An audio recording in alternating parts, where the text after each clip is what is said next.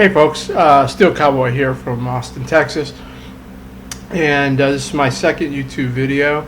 And in the last video I mentioned that I like to smoke a lot of different types of blends. I like to smoke really low grade pipes, cobs, up to high grade pipes. And tonight I'm smoking one of my favorite American pipe makers, Steve Liskey. Great guy.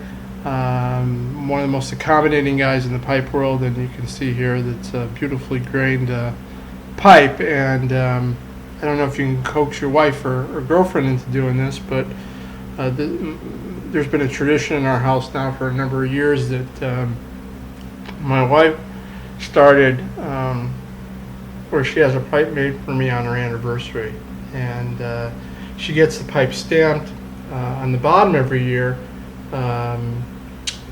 with our anniversary date, and it makes it tough to sell them, but I wouldn't want to. There's special pipes, and I think everybody who's got more than one pipe probably has that special pipe in their collection, and I'm fortunate enough to have a few. And I'm smoking tonight some Hell in the Wind, and it's from 2003, so it's well aged, and it's mainly a Virginia Perique. It's got some dark fire Kentucky in it a little bit, and that adds to it some body and some strength. But when you get an old tin like this, it smells just it's that raisin fig smell that you get from a well-aged vapor. And the cool thing about these Rattray blends is that, in the insane world of eBay tins, where they're running up, $100 and things like that, these are still relatively inexpensive. You can get them I've seen them in the $30 range. And when you think about the fact that it's a double-sized tin, it's about $15 a tin. And when you consider that a new tin on your favorite website might run you $11, $12, $13, this certainly for something that's well aged is a great deal. And for me personally, I try to get them 6 or 7 years old, and they really start to just blossom, particularly the Virginias. The last time we talked, I mentioned that that I was kind of enamored with the whole YouTube and a lot of the social media stuff, and I'm not a tech guy. I think I mentioned last time that my skills stop around Donkey Kong in terms of my tech skills. And prior to that, there was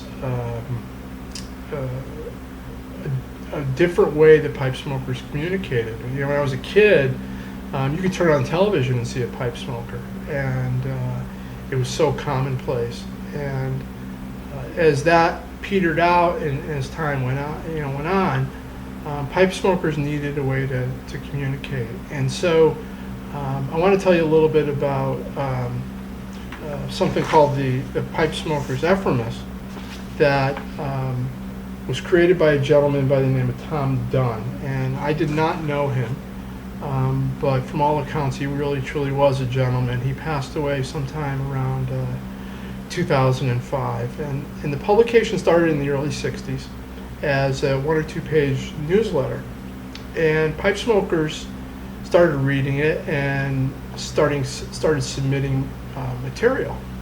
And before you knew it, it got larger and larger. It was 20 pages, 30, 40 pages. And this one here is from '93, and you can see there's a tremendous amount of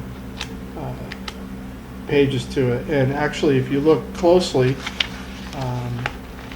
you can see where he actually typed it on a typewriter out. But this is the way, in the 70s, 80s, 90s, and into the mid 2000s, a lot of pipe smokers from around the world communicated with each other. And You could buy tins that way, not through this, but you could buy, well, you could actually if somebody was selling them, but you would buy a tin maybe from a newsletter that went out, or you'd buy an estate pipe or a new pipe even from a newsletter that went out back in the day. And one of the really cool things is that this was a free publication. It came out kind of quarterly. Some years there was 4 issues, some years there was only a couple of issues, but it was free. And Mr. Dunn did everything on his own, bankrolled the whole thing, and he was compensated by readers sending him tins of tobacco or a pipe or a book to read. And so it was a really cool kind of communal thing that was taking place, and that he'd send you a card and a pin, and you were a member of the coterie, and that was something to be proud of. And yeah, unfortunately, when he died around 2005, that went to the grave with him. But in this world of digital everything, it's still kind of nice to be able to pick up something that's in written form. And these can be had on eBay. They're on eBay all the time. If you wanted to take a look back in time and get a sense of what was going on in the pipe world 25 years ago, it's an inexpensive way to do it.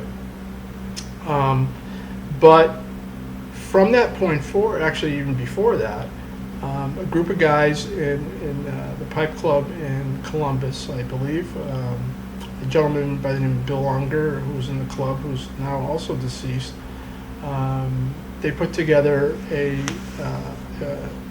publication called The Pipe Collector.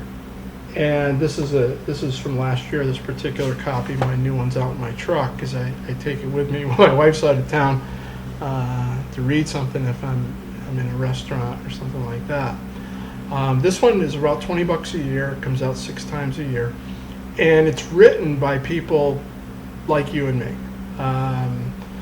You just submit an article. I've submitted a couple over the years.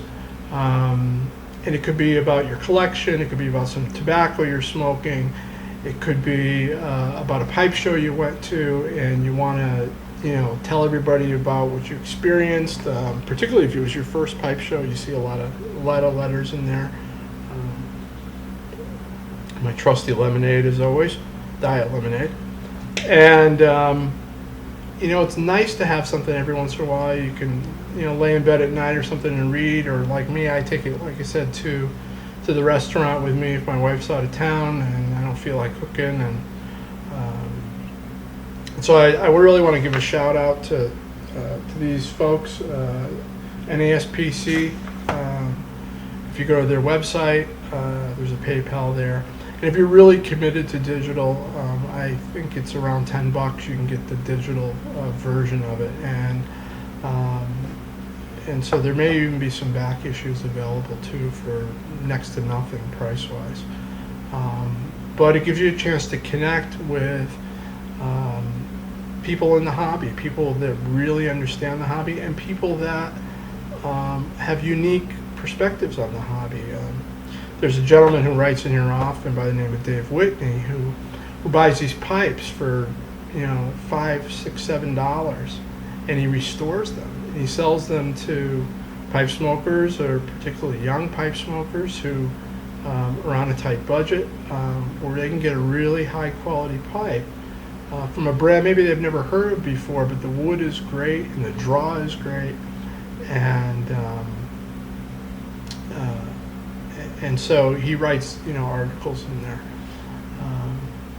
And there's debates periodically too, but not kind of the nasty debates you might see on a forum. But one of the debates that comes to mind was there was a debate over Breyer versus Brand, and one person took the position that the best way to get a pipe that you knew was going to smoke great was to buy a particular brand, and the opposing view was, well, it's all about the wood.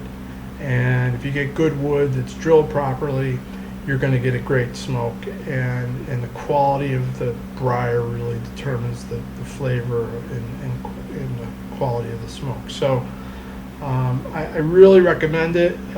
It's nice to have something that's in print every now and again.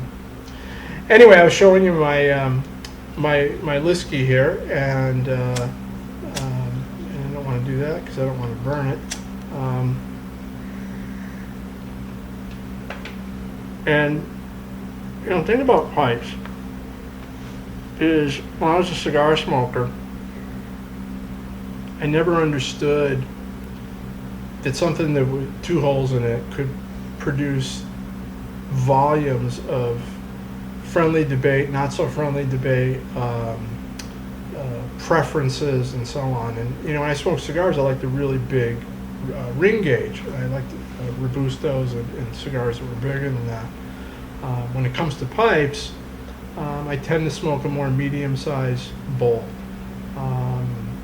Something around 3/4 of an inch in width, 0.77, 76. If I'm going to smoke something really strong, like a Dark Fire Kentucky, I'm going to probably smoke it in a narrow cob. With an English blend, I may smoke something that's got a little bigger bowl. There's no right or wrong way. It's just a matter of preference. But for me, those are my preferences. And so when I look at what a blend is comprised of, a lot of times that will help determine what kind of pipe I want to smoke on that given day. And so for me, it's really blend driven. One of the things that I've been thinking about lately is the volume of information that we have available to us on the net. And in a way that can kind of delude our thinking, in that, pipe tobacco is a very, very tiny fraction of overall tobacco sales. It's in the single digits in terms of percentage, and low single digits at that. And yet we have so much of this information available to us that it's easy to forget that really we're still, kind of an oddity out there in the world in terms of the number of pipe smokers that are out there. So if you live in an area and that you can do this, and I try to do this a lot, why be sequestered to your backyard, or be sequestered to your basement, or to a park, or actually I take that back, because if you're in New York City, you can't smoke in a park, it's illegal. So we're still throwbacks, and to some people we're villains, and knowledge is power. So I try to take my pipe everywhere I go, and I mentioned in the last video I'm a 10 to 12 bowl smoker per day, so it's pretty much on me all the time. If I'm out riding a motorcycle, obviously it's not going to be in my mouth, but it's certainly in my saddlebag. And so even if I'm walking into the grocery store, it's in my mouth. And every once in a while, I'll get that fake from somebody who is pretty intolerant, who's 75 yards away, who can't smell it but needs to make a political statement over what's good or bad for me. But they tend to be in the minority. What I find, particularly women, will come up to me most often and say, "Hey, I love the smell of your pipe. It reminds me of my grandfather or my father." And a lot of people associate great memories with pipe smoke. So don't be afraid to get out a little bit. When our kids grew up and moved away, we took one of their bedrooms and assured they wouldn't come back by converting it into a pipe room. And so it's a great area for us to smoke in the house. But I generally want to try to get outside, and particularly here in the great state of Texas, where we have fantastic weather most of the time, it's really something that, when people are exposed to it, they think a little differently about it, particularly if you're courteous, and that's the biggest thing. If somebody's walking by, I walk a lot, and I kind of say my afternoon prayers and walk a couple of miles and walk back home, and it's on a path where there's joggers and things like that. And if somebody's jogging by me, I'll put the pipe down at my side to be courteous, but you'd be surprised at how many conversations that it sparks. And I found this true with long distance motorcycling too. You get out on the road and your bike's packed up, and you've been on the road for 2 or 3 or 4,000 miles, and somebody comes along and they see your bike packed up, and they immediately want to strike up a conversation. And I think that's very true with pipes too. So smoke proud, and